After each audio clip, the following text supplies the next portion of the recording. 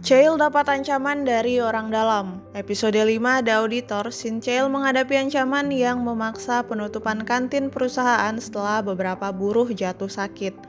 Meski Wakil Presiden Huang menentang, Chael melanjutkan penyelidikan yang mengungkapkan bahwa kantin dikelola oleh agensi yang kontraknya telah berakhir, dan pemilik kantin adalah menantu Direktur Yang. Han-soo dan Seo-jin menemukan bahwa pemilik kantin terlibat dalam penyuapan dengan agensi yang bertanggung jawab, menyebabkan kerugian besar bagi banyak pihak.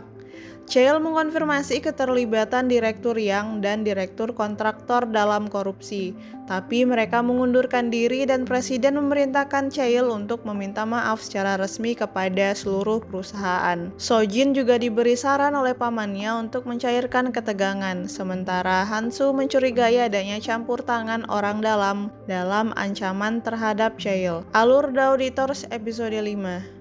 Shin Chael menerima surat ancaman yang mengarah pada penghentian operasi kantin di tengah protes, terutama dari Wakil Presiden Huang. Kasus ini melibatkan sejumlah buruh yang dirawat di rumah sakit setelah makan di kantin perusahaan, dan Presiden meminta Chael untuk melakukan penyelidikan internal. Tim audit memutuskan untuk menutup semua kantin dan menyelidiki staf serta semua pihak terkait. Han-soo dan Seo-jin mengunjungi kantin dan menemukan bahwa manajemen kantin telah dialihdayakan ke agensi dengan kontrak yang telah berakhir. Direktur tampaknya enggan berpartisipasi dalam proses audit. Han-soo dan Seo-jin berbicara dengan manajer kantin yang tampak tidak bersalah dan lebih fokus pada kualitas makanan daripada masalah yang ada. Di sisi lain, Presiden Seo-woong mencurigai bahwa kakaknya akan segera sembuh, dan diketahui bahwa pemilik kantin adalah menantu dari Direktur Yang telah melobi untuk mendapatkan kontrak tersebut. Dae-woong diminta untuk menghindari masalah. Han-soo menemukan hubungan antara Direktur Yang dan pemilik kantin. Chael mewawancarai keduanya serta menyita ponsel mereka, namun tidak menemukan bukti kecurangan dalam catatan telepon mereka. Kemudian, Han-soo dan Seo-jin menemukan korban penipuan yang menceritakan tentang penyuapan oleh agensi yang mengelola subkontrak kantin.